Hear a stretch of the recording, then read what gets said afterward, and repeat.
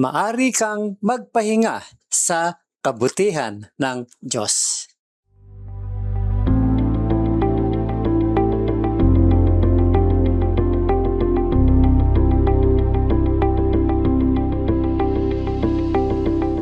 Kamusta po kayo? Pastor Arnold po. Palagi ka bang nagmamadali? Sobrang haba ba ng to-do list mo at parang imposibleng matapos lahat? May nagsabi na ba sa iyo na mag-slow down ka naman? Nako, konsensya ka ba kapag nagpapahinga ka?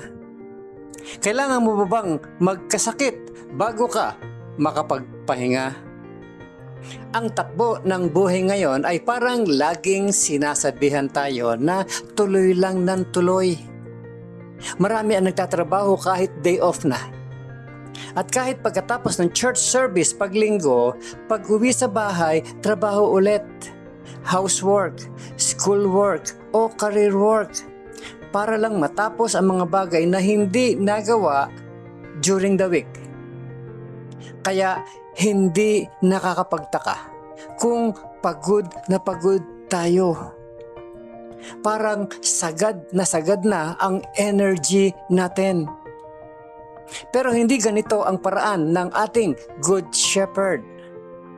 Sabi sa Psalm 23 verse 2, He makes me lie down in green pastures.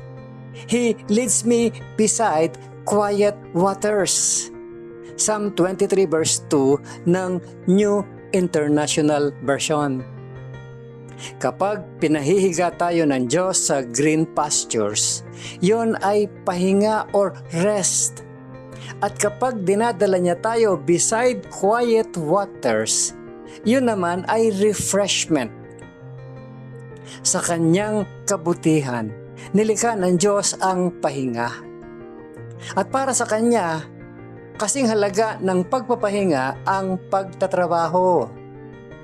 Ang isang mabuting pastol, sinisiguradong sapat ang pahinga ng kanyang mga tupa para manatili silang malusog. Ganon din ang Diyos, ang ating Good Shepherd. Kapag ayaw nating humiga at magpahinga, minsan si Lord na mismo ang nagpapahinto sa atin. Minsan kailangan pa natin magkasakit bago natin matutunan tumingala sa Kanya. Ginagawa ng Diyos yan dahil inaalagaan niya tayo. Ang physical health natin, emotional health natin, at spiritual health natin. Hindi ba't ang sarap sa pakiramdam kapag nakatulog tayo ng maayos? Parang mas gumagaan ang lahat. Madalas ang pagitan ng stress at blessed ay rest. Marami sa ating worry, pagmamadali at restlessness ay nanggagaling sa hindi nating pagkakaunawa kung gaano kabuti ang Diyos sa buhay natin. Kapag naintindihan natin ang mga ginawa na ng Diyos para sa atin at ang gagawin pa niya sa future, mas matututo tayong mag-relax, mag-let go at magpahinga sa Kanya. Maari tayong mamuhay sa kabutihan ng Diyos. Think about this, my friend.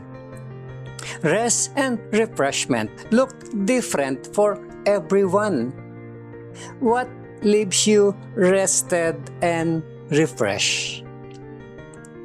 Magkakaiba ang paraan ng pagpapahinga at pagre-refresh ng bawat isa. Ano ang nakakapagpahinga at nakaka-refresh sa'yo? Pag-isipan mo yan. Pangalawa, think about this. Why do you think overwork is valued so much in many cultures? Bakit kaya sobrang pinapahalagahan ng maraming kultura ang overwork? At ang panghuli, think about this. In what ways could you change your schedule or expectations at home and work so that you get enough rest? Ano ang maari mong baguhin sa schedule o sa expectations mo sa bahay, sa trabaho, para magkaroon ka ng sapat na pahinga? Muli po, ito si Pastor Arnold Adriano, at ang encouragement na ito ay hatid sa inyo ng Malabon Community Church. Have a great day, my friend, at sa araw na ito, piliin nating magtiwala sa Diyos na may hawak ng lahat.